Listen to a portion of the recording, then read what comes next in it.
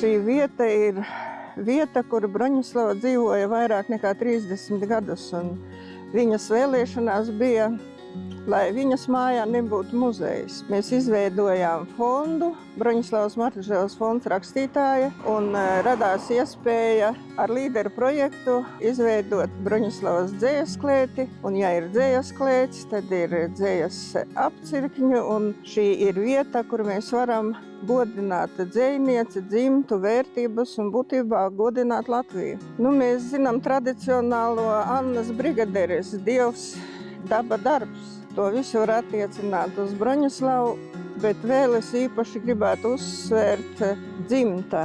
Galvenā viņas vērtība ir bijusi Latvija visos laikos, jo viņa ir 6 gadus jaunāka par Latvijas valsti, augusi Latvijas brīvvalsts vērtībās un mūža garumā cauri Pagrīdei, Sibīrijai, visiem padomju laikiem.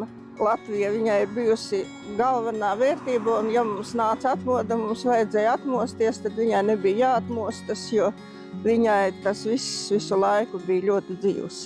Nākamgad fondam ir 10 gadi, un šajā laikā mēs esam izdevuši 3 grāmatas. Broņislavas likteņgaitu kladi kopā ar baltajiem lāčiem Andri Baltaci. Tad mēs izdevām Broņislavas Pagrīdē sagatavoto rokrakstā dzējoļu krājumu rakstītāja, un uz 100 gadi mēs izdevām Broņislavas dziesmu grāmatu ar notīm. Izdevniecība Muzika Baltika izdeva, jo Martuževa ne tikai dzējas, bet arī dziesmas ir sacerējusi. Jo mēs esam izvēlējušies savam fondam vadmotīvu Broņislavas dzējas rindu uz priekšu svied, lai priekšā rastu. Un ziniet, tas darbojas. Mēs esam gandarīti un pateicīgi gan Lubānas novada pašvaldībai, tagad pārvaldei, gan tagad Madonas novada pašvaldībai par sadarbību. Mēs esam īstenojuši 3 līderu projektus. Mēs esam saņēmuši atbalstu no Vidzemes kultūras programmas un no Latgales kultūras programmas. Dažkārt mūs ir atbalstījis Valsts kultūra kapitāla fonds.